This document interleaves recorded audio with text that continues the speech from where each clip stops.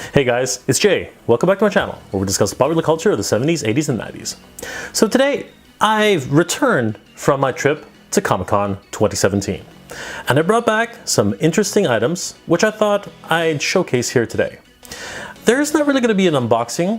I'm just going to showcase all of the items which I was able to bring back, some freebies, some exclusives, and some things which I hope you might be pleasantly surprised with. So, let's get started. This particular item was something that we picked up pretty much right away as soon as we got into the convention center. Once we signed up for our badges, if you were to take a look at my video, the vlog which I took while I was at Comic-Con, they provided us with a swag bag, a traditional bag which is usually sponsored by Warner Brothers or DC or someone else who is sponsoring the bags for that year. This one in particular came with a commemorative pin which welcomes us to Comic-Con 2017. Now, I haven't opened this just yet, but I do plan to have an unboxing of all of these items in the near future. I love the packaging of this particular box. Now, if you know anything about pins, it's probably just a really small item, but they took a lot of care and detail into this particular piece of packaging. I can hear it rattling around inside, so there's definitely something in there. The packaging itself is well made. It's just standard glossy material, although this portion seems to be raised. I'm not sure if you can see that on the camera, but it is a raised material. The glossy parts have been raised while the matte parts are actually underneath. And it has a secondary matte finish here, right on the actual San Diego Comic-Con logo as well. The rest of the packaging is your standard flare, pretty much a standard wrap. The sides are a little bit different. They're a nice color of orange. Wonderful packaging design.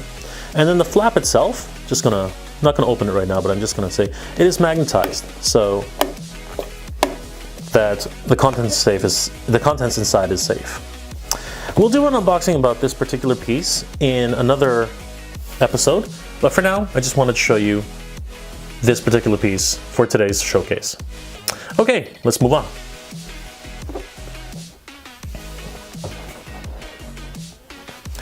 All right, so we'll go from a Comic-Con exclusive to another Comic-Con exclusive, which I was able to pick up from the Jakks Pacific booth. Jakks Pacific, I believe, is a subsidiary of Toys R Us, and this was one of their convention exclusives. As you can see here, it's one of the pixel art, 3D pixel art, which they've been distributing for, I think, a few years now. This one, though, is rather important, as it's the dual set with Mario and Peach. Now, back when Nintendo had created Super Mario Bros., Shigeru Miyamoto didn't really have a name for Peach. She was just known as Princess. But in this particular collection, we can see that here at the bottom of the packaging, her name definitely is Princess Peach. This is a very unique packaging. It showcases a Nintendo Entertainment System right here at the top. Looks like an old school television CRT, as well as the official Nintendo seal of quality. We can tell that this is a convention exclusive, specifically because they were able to put a specific branding right on top. And other than that, it's pretty standard packaging. The age is 3+ for this particular toy, and as a collector's item, it's actually rather well packaged and displayed. We could just leave it like this and really have a little bit of a talking piece as it is. It really does remind you of the actual video game itself. You can actually see the Bowser's Lair, where after you defeat the final Bowser in level 8, this is basically where Mario's quest does end. And you can even see the thank you message in the back, where it says, "Thank you, Mario, your quest is over." So let's just take a quick look at the back, or the side really. The side is actually just more wood grain here, the other portion of the Nintendo Entertainment System. And on the back, we can actually see the actual scene which this is based off of.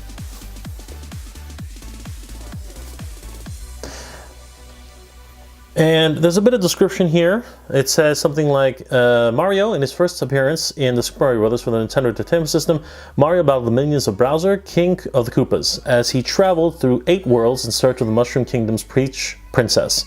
Exploring the under caves, the treacherous water areas, and the dangerous castles, he finally saves the kidnapped princess after defeating Bowser in a final confrontation.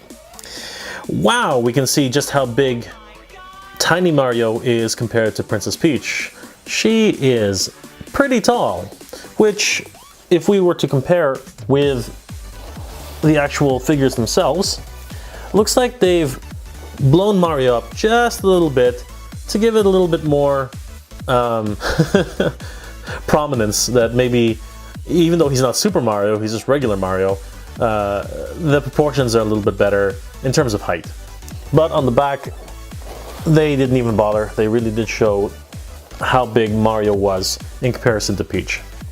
And of course, Princess Peach's story is, well, it seems like Princess Peach is always being kidnapped by the nefarious Bowser. There is a first time for everything. In Super Mario Bros. For the Nintendo Entertainment System, Peach was taken from her castle by the King Koopa, and Mario ran, jumped, and stomped through the air in 8 worlds before freeing the captive Peach from the final castle. That's really interesting. The first half of the paragraph sort of describes that she's not always captured, but the second half also reinforces the fact that she was captured. A little interesting there, Nintendo. We'll have to work on that. I'm eager to open this up, but for today, we're just having a quick overview as to some of the things which I picked up at Comic-Con. So let's put in our next item and move on. All right, from something incredibly tall to something incredibly small. We have one of my favorite items and pickups from the actual convention itself. Guys, this is the Nano Metal Figs SpiderMan from Marvel Comics. This is a unique piece, as I was explaining in my live stream the other day. This particular item harkens back to the 80s. Die-cast metal figures with paint to simulate the actual color scheme were very popular in the 80s themselves. Star Wars, as I explained in my live stream, created an entire concept of microfigures. As a matter of fact, micro machines back in the 80s were a huge thing as well. Tiny little cars which run on tracks built by various hobbyists. And this one here is no different. It seems like they're trying to revive the miniature market. Now, this to me is quite fascinating, as the figure itself is incredibly well detailed. If we just zoom in here for a second, the attention to detail is quite nice. The sculpting itself is very well done.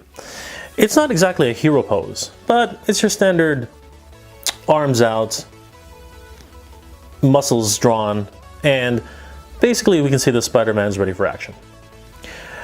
He looks and is very similar, in my opinion, to a chess piece on a chessboard. The painting is very well done. We can see that it's a metallic sort of paint scheme, which really brings out the crimson in Spider-Man's uniform.